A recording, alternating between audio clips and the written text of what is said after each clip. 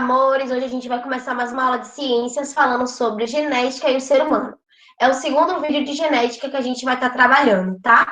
Então, nesse primeiro momento, nós vamos revisar o que foi visto, algumas coisas que foram vistas no primeiro vídeo, como o conceito de genes, genes dominantes e genes recessivos.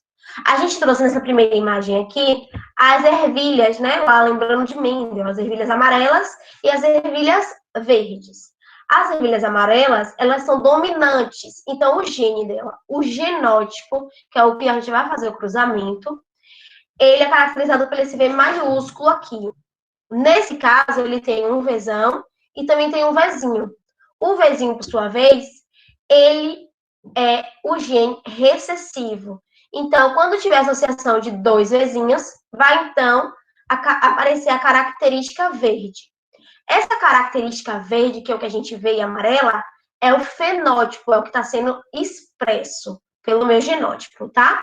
Então, o genótipo vai ser os genes que a gente vai estar aqui fazendo cruzamento, e o fenótipo é, então, o que eu vou ver, ou seja, a cor da minha ervilha, nesse caso aqui, amarela ou verde.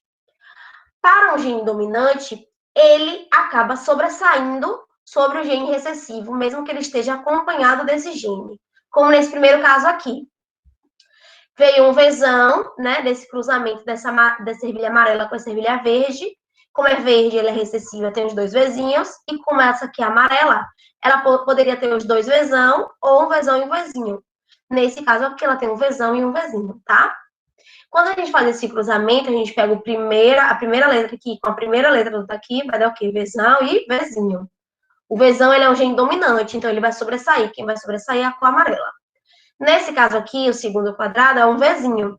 Juntando o Vzinho com o Vzinho daqui do primeiro quadrado, a gente vai ter Vzinho, Vzinho, que é expresso no gene recessivo. Então, a cor que vai sair essa ervilha vai ser verde. E aqui vai ser o mesmo caso, né? Pegamos o primeiro quadradinho aqui com o segundo daqui de baixo. Vzão e Vzinho vai dar amarela. E aqui, Vzinho com Vzinho, vai dar, então, verde. Nesse caso, a gente fala que tem 25% de chances em cada um aqui, né? Esse quadradinho é 25, esse é 25, esse é 25, esse é 25, totalizando 100%. Quantos por cento tem de ser amarela? 25 mais 25? 50. Então, tem 50% de ser amarela. E quantos por cento de ser verde? 50% também, tá? Outro conceito que a gente vai lembrar é de homozigoto e heterozigoto. O homozigoto é quando os dois genes que estão ali expressos nas duas letras, elas indicam a mesma coisa, certo? E heterozigoto é quando indicam coisas diferentes. Como assim, Pro? Vamos focar nessa segunda imagem aqui. O Ré maiúsculo, ele significa que as sementes são redondas e lisas. E o Ré minúsculo significa que as sementes são rugosas. Quando eu tenho associação de dois Ré maiúsculo, como é nesse primeiro caso aqui, elas vão ser redondas, tá? Quando eu tenho dois Rzinhos, elas vão ser rugosas. Quando tem um Ré maiúsculo e um Ré minúsculo, vai sobressair o conceito que a gente falou agora de dominância e recessividade. Mas nesse caso aqui, onde tem um maiúsculo e um minúsculo, eles indicam coisas diferentes, porque o Rhézão indica as sementes redondas e o Ré minúsculo significa que as sementes são rugosas, ou seja, eles estão expressando duas características diferentes. Isso aqui, então, significa que ele é um heterozigoto. E no caso do Rhézão junto e do Rhézinho junto, são, então, homozigoto, porque eles indicam, as duas letras indicam a mesma situação, certo? Então, lembrando disso aqui, porque vai ser importante para a gente estudar agora genealogia ou pedogramas. Então, você já deve ter ouvido falar de uma árvore genealógica, que é a árvore da sua família, né? Então, geralmente, a gente coloca lá os nossos parentes, né? Nosso bisavô, nossos avós, nossos pais, tios e tias, até chegar em você, né? Então, você constrói a sua árvore genealógica. E aqui no heredograma para os geneticistas, é que a gente estuda também, além dessas relações de parentes, né? Nós estudamos também, identificamos o compartilhamento daqueles alelos que a gente acabou de falar, seja ele dominante, recessivo, homozigoto e heterozigoto, para determinadas características. Eu trouxe duas imagens aqui. Esses símbolos, eles vão fazer vocês entenderem uma legenda né, que é um heredograma. O heredograma é esse expressado aqui no lado direito, no meu lado direito, tá, gente? Onde eu tô circulando aqui com o mouse. Então, voltando para essa imagem esquerda aqui, para a gente entender o que é esse heredograma do meu lado direito. Então, quando tiver um quadrado, isso significa que está falando de um sexo masculino. Quando tiver um círculo, significa que eu estou falando do sexo feminino. Quando tiver um losango, tá vendo aqui? Esse aqui em formato de balão, ele vai falar que é um sexo desconhecido, ou seja, a pessoa está grávida e não sabe o sexo, se é feminino ou masculino. Então, a gente coloca um losango. Quando eu tenho essa associação de um quadrado com um tracinho no meio e um círculo, significa um cruzamento ou um casamento. Então, aqui é um homem e uma mulher, e aqui significa que eles são casados. Quando eu tenho dois traços, significa que é um casamento consanguíneo, ou seja, da mesma família. Um primo próximo, um tio. Então, faz essa relação de consanguinidade, tá? Da mesma família.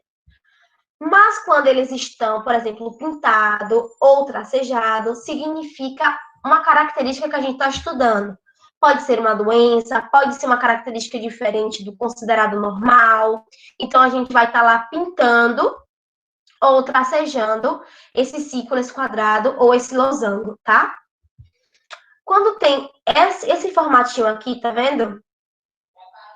Aí a gente vai ter, então, são os filhos ou descendentes de um casamento, de um cruzamento. Quando nós temos esse daqui de baixo, que é o penúltimo, nós estamos falando de gêmeos, tá? Esse penúltimo e esse último estamos falando de gêmeos. Qual a diferença entre eles? Esse daqui não tem um traço aqui embaixo, como o daqui, tá vendo? Quando não tem esse tracejado aqui, significa que são gêmeos dizigóticos, ou seja, são gêmeos de ovócitos diferentes. Quando são gêmeos monozigóticos, significa que é um único ovócito, que a partir das divisões formou, então, gêmeos. E esses gêmeos, eles são idênticos. Necessariamente, os gêmeos monozigóticos, ou eles são meninos, os dois, ou eles são meninas, as duas, tá? Nesse caso aqui, está representado um quadrado, então são dois meninos. No caso dos gêmeos dizigóticos, não. Pode ser um menino ou uma menina, não tem problema nenhum. Pode vir dois meninos ou pode vir duas meninas também, não tem problema. Não é uma via de regra. Nesse caso aqui, a gente representou com um quadrado, que é o menino, e um círculo, que é uma menina. Vamos tentar ler, então, esse heredograma daqui. Aqui, inicialmente, nós temos a primeira geração, que é um pai e uma mãe. Essa mãe, ela tem uma característica a ser estudada, então eu vou dizer que ela está afetada, tá? Só para a gente entender melhor. Eles casaram e tiveram, então, aqui, ó, 3 filhos. Um menino afetado, uma menina que não foi afetada e outro menino que também não foi afetado. Desses 3 filhos, é a segunda geração que a gente fala, tá? Eles casaram, os 2 filhos, tá vendo aqui? O filho de cá casou e o filho de cá também casou. O filho afetado, ele casou com uma mulher que não é afetada e eles tiveram 2 filhos. 2 filhas, na verdade, né? Uma afetada e a outra não foi afetada. Já no daqui, né? O filho daqui casou com outra mulher que também não era afetada.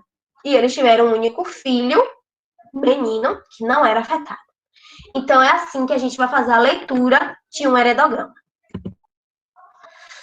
Dentro das nossas características, dos nossos heredogramas, a gente pode sim estudar, como eu falei, essas partes afetadas, que tem uma característica diferente, que tem uma condição genética diferente, como é o caso do albinismo. O albinismo, ele é caracterizado, né, pela pessoa que não tem uma melanina. A melanina, né, ela dá a cor ao nosso corpo. E quem tem albinismo não tem melanina, não possui melanina, tá? Então, vamos estudar aqui a parte do genótipo e do fenótipo. E depois a gente vê aqui a parte do cruzamento. E a gente vai ver como enquadra isso em um heredograma, tá bom? Vamos por parte. Então, vamos analisar os genótipos. Quando eu tenho o genótipo azão, a pessoa não vai ter albinismo. Ou seja, o meu fenótipo que eu estou vendo não vai ser albino, a pessoa não vai ser albina, tá? Quando eu tiver o genótipo azão-azinho, a pessoa não vai ter albinismo também. Quando eu tiver azinho, então ele vai ter albinismo. Então, o albinismo, ele é uma característica genética recessiva. Por que recessiva, Pro? Porque eu estou representando com letras minúsculas. Tudo bem? Então, vamos analisar um cruzamento. Então, tem um indivíduo aqui normal, ou seja, ele não é albino, mas ele é azão, azinho. Olha aqui na minha tabela, azão, azinho, sem albinismo. E eu tenho essa mulher também normal, ou seja, ela não é albina. E ela também, ela é azão, azinho. Vocês acham que ela é homozigota ou heterozigota, gente? E aí, com base no que a gente visualizou no instante, eles dois são heterozigotos. Por quê? Porque o azão, que está aqui, ele significa que é um gene normal. Mas o azinho, que é o meu gene excessivo, ele significa que é um gene albino. Então, são dois genes que indicam coisas diferentes. Então, eles são heterozigotos. Então, a gente vai colocar aqui para a gente fazer esse cruzamento, para ver qual a probabilidade de nascer filhos com albinismo, tá? Então, aqui de rosa, tem aqui, ó, o azão da mulher e o azinho da mulher. E de azul tá aqui o do homem, o azão do homem e o azinho do homem. Então, vamos fazer esse cruzamento. Nessa primeira tabela, nessa primeira linha aqui, tá vendo? A gente vai pegar esse azão do pai e esse azão da mãe. Aí, vamos seguir aqui. O azão do pai com o azinho da mãe. Aí, agora aqui, pegou o azão da mãe aqui, essa linha, e o azinho do pai. E aqui, o azinho da mãe e o azinho do pai. Vamos analisar. Quem tem azão, né, no seu cruzamento, no seu genótipo, não vai ter albinismo. Mas olha aqui, gente, tem um que tem azinho, azinho. Então, esse aqui vai expressar o albinismo. Então, qual a probabilidade de um casamento desse aqui ter um filho albino?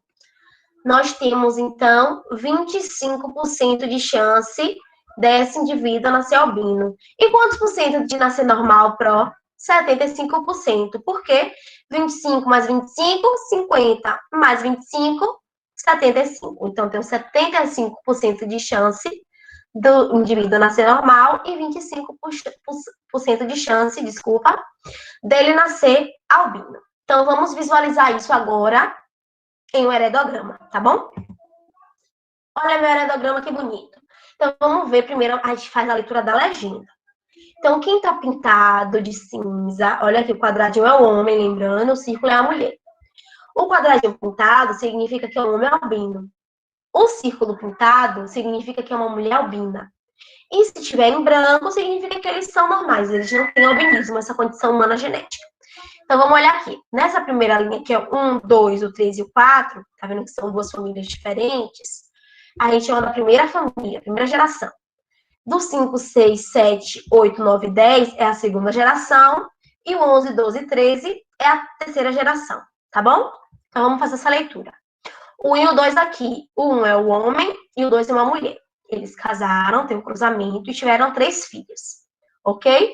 Tiveram 2 meninas, que também não nasceu afetada, mas ele teve um menino que nasceu afetado com albinismo, tá bom?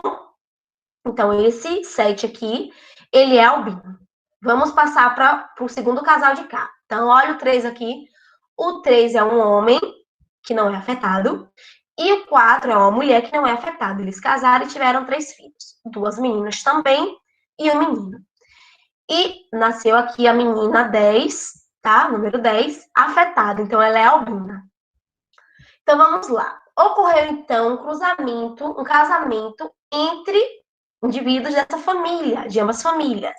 Então, o número 7 casou com o número 8, tá? O número 7 é um menino e o número 8 é uma menina. Então, eles casaram e tiveram 3 filhos. Nasceram 2 meninos e uma menina.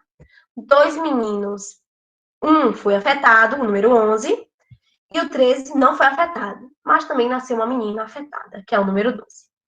Então, vocês conseguiram compreender como é essa relação? Então, a gente vê uma pessoa afetada, uma pessoa albina, uma pessoa que tem uma condição genética diferente do normal, sempre vai vir pintado. O quadrado indica um menino e o círculo indica uma menina, certo? Então, vamos continuar, vamos para o segundo exemplo agora. O segundo exemplo é uma condição humana que está relacionada também ao gene, né? E é a polidactilia. Quase um palavrão, né, gente? A polidactilia ela é caracterizada por dedos a mais, seja na mão ou seja nos pés também, pode ocorrer, tá? E nesse caso da polidactilia, ele tem um gene dominante, a gente vai caracterizar ele como P maiúsculo. Lembrando que o albinismo lá, ele é uma condição recessiva, então a gente caracterizava como azinho azinho. Nesse caso aqui, a polidactilia, ela pode ser tanto pesão, com polidactilia, como pezinho, porque lembre sempre que o genótipo dominante, o gene dominante, ele vai sobressair sobre o recessivo. E se for pezinho, a pessoa não vai ter polidactilia, tá bom? Então, vamos trazer agora para um heredograma. E aqui a gente vai fazer agora um cruzamento e analisar os genótipos, tá bom? Então, vamos analisar. Lembrando que o quadrado é o menino, muito bem. E o círculo é a menina. Então, 1 e o 2, eles casaram aqui e tiveram 2 meninos. Um nasceu afetado com a polidactilia e um não. E aqui o terceiro. O 3 e o 4 casaram, o 3 é um homem e o 4 é uma mulher. O 3, que é um homem, tá afetado, né? Ele tem polidactilia, a mulher não tem. Eles tiveram 2 filhas. A número 7 também nasceu com polidactilia. E o número 8 não nasceu com polidactilia, esse daqui não. Mas vamos analisar então o cruzamento. Por que o número 5 ele não nasceu afetado com a polidactilia? Ele é pezinho, porque esse pezinho daqui dele veio do pai e o outro pezinho da mãe. E o número 6 nasceu afetado por quê? Porque esse pezão aqui veio ou do pai ou da mãe. Então, ele pode ser um pezão aqui ou ele também pode ser um pezinho, independente. Por quê? Porque já tem o pezão aqui representando a minha polidactilia. Por isso que ele nasceu afetado. Nesse caso daqui é a mesma coisa. O daquela não nasceu afetado, número 8, porque foi um pezinho da mãe e um pezinho do pai. E o 7 nasceu afetado porque esse pezão aqui, ele veio do pai. E o pezinho veio da mãe. Aí o 6 e o 7, eles casaram. Então, qual a probabilidade dos filhos deles nascerem, então, com albinismo? Com albinismo não, perdão, gente, com polidactilia, né, que é que a gente está fazendo um segundo exemplo. Então, ele pode vir nascer com polidactilia? Pode. E ele pode vir a nascer sem polidactilia? Também pode, tá? Dependendo de qual vai ser esse outro aqui, esse outro genótipo aqui desse cara. Se for pezinho, pode ter pezinho com pezinho. Então, pode vir a nascer sem polidactilia. Mas se for pezão, todos os filhos dele vai nascer com polidactilia, tá? Então, vamos lá. Então, qual a chance, então, de nascer menino ou menina numa gravidez? E aí, vocês sabem qual é a chance? Nós, humanos, nós temos nas nossas células humanas 46 cromossomos. Eles são organizados em pares. Então, se eles são organizados em pares, nós temos quantos pares? 23. Muito bem. 23 com 23, 46. 23 vem do seu pai e 23 vem da sua mãe. Isso na fecundação. Então, 23 vem lá no espermatozoide do seu pai e 23, né, pares de cromossomos, ele vem, então, da sua mãe, do ovócito da sua mãe. Na fecundação, vai lá fazer a multiplicação e você vai ter 46 cromossomos, tá bom? Desses 46 cromossomos que eu tô falando com vocês, 44 deles são somáticos. O que significa próprio somático? Então, vai identificar a cor do seu cabelo, a cor dos seus olhos, a cor da sua pele. Então, esses são os cromossomos somáticos.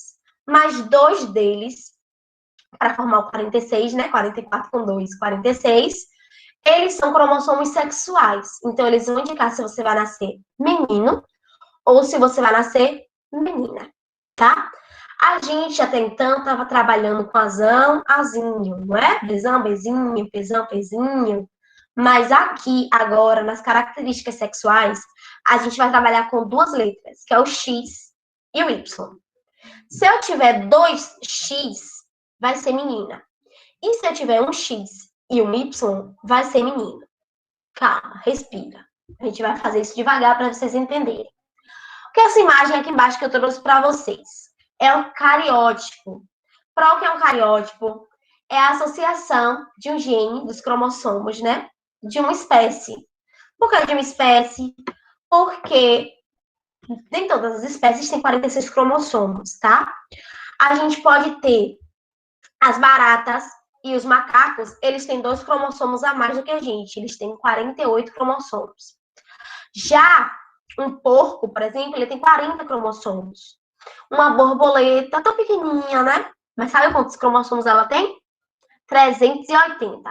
Então, assim, vai de várias outras espécies, elas têm a quantidade de cromossomos daquela espécie específica. Então, a associação, né? Esse conjunto de cromossomos organizados em pares, a gente chama de cariótipo. No nosso caso aqui é o cariótipo humano. Esse primeiro aqui é o masculino. Então, observe, sempre vai ter par na condição normal. Então, olha o número 1. Tem um aqui e um aqui. Parece uma letra K, né? Mas são 2 cromossomos. Aqui é o par. Então, aqui tem os cromossomos homólogos, bonitinhos. Por que eles são homólogos? Porque eles são parecidos, eles têm formas semelhantes, eles têm características semelhantes, eles expressam a mesma coisa. Então, por isso que eles são organizados em pares, tá? Um é do seu pai e o outro é da sua mãe. Por isso que eles são organizados em pares, ok? Então, o que significa, por exemplo, essa característica sexual, que é a última 23 aqui, que está circulado de vermelho, o X, ele veio da sua mãe. E o Y veio do seu pai. E aí, nasceu você, o menino, tá bom? Enquanto menina. Mas e no caso das meninas, o cariótipo vai ser igual aos meninos? Até o 22, do cromossomo 22 vai ser igual. Quando chega no cromossomo 23, no par 23, o X vai vir da sua mãe e um X vai vir do seu pai. X e X da menina, tá bom? Então, quando tem esse cariótipo XX aqui no final, vai nascer menina. E X e Y, menino. Então, vamos ver mais a fundo agora. Vamos fazer um cruzamento aí, então, de um homem com uma mulher, tá bom? Pra gente ver qual a probabilidade de nascer menino e qual a probabilidade de nascer uma menina. Fazer esse cruzamento para vocês entenderem melhor como é que vai funcionar, né? Em um cruzamento. Aí, aqui a gente tem aqui essa parte do homem. O homem, como eu falei agora com vocês, é o X, que veio da mãe, e o Y, que veio do pai. Então, tá aqui. Lembrando que as células gaméticas masculinas é o espermatozoide e as células gaméticas femininas são os ovócitos, né? Mais conhecido como os óvulos. Então, tá aqui. Um espermatozoide aqui do pai, que é o X, e um espermatozoide aqui do pai, que é o Y, tá? E aqui nós temos 2 óvulos das mulheres. Um X e o outro também X, porque mulher, lembrando que é 2X e o homem é um X e um Y. Então, vamos lá. Se esse espermatozoide fecundar esse óvulo daqui, vai formar X com X, uma menina. Lembrando que o formato da menina parece um espelho, tá vendo? A cruzinha aqui embaixo. E o do menino parece uma espadinha aqui. Então, se esse espermatozoide fecundar esse óvulo, vai nascer uma menina. Se esse espermatozoide fecundar o óvulo de baixo, também vai nascer menina, porque esse espermatozoide é X. Porém, se esse espermatozoide fecundar esse primeiro óvulo, vai nascer um menino, o X da mãe e o Y do pai. E se nascer menino, ou se fecundar o óvulo de baixo, vai nascer menino também, porque o Y do pai e o X da mãe. Entendido? Então, só resumindo aqui para vocês, nós temos essas células que são células gaméticas, as células sexuais, que vai levar, então, o espermatozoide é o do pai, as células gaméticas do pai, e os óvulos, os ovócitos, são da mãe. No momento que é da mãe, é 2X, tá? O cromossomo é 2X. E o do pai é X e Y. Lembrando também que nós temos 46 cromossomos. São 23 pares. Isso em considerados em ambientes normais, naturais, sem nenhuma condição genética diferente. Porém, ocorre, sim, um erro de divisão dessas células, tá? Na meiose, que é a divisão celular gamética, que é as células sexuadas, às vezes ocorre um erro da divisão desses cromossomos. Então, vem o cromossomo do seu pai, o cromossomo da sua mãe, o cromossomo do seu pai, o cromossomo da sua mãe. Mas, às vezes, essa divisão ela ocorre de forma errada. E o que acontece de forma errada?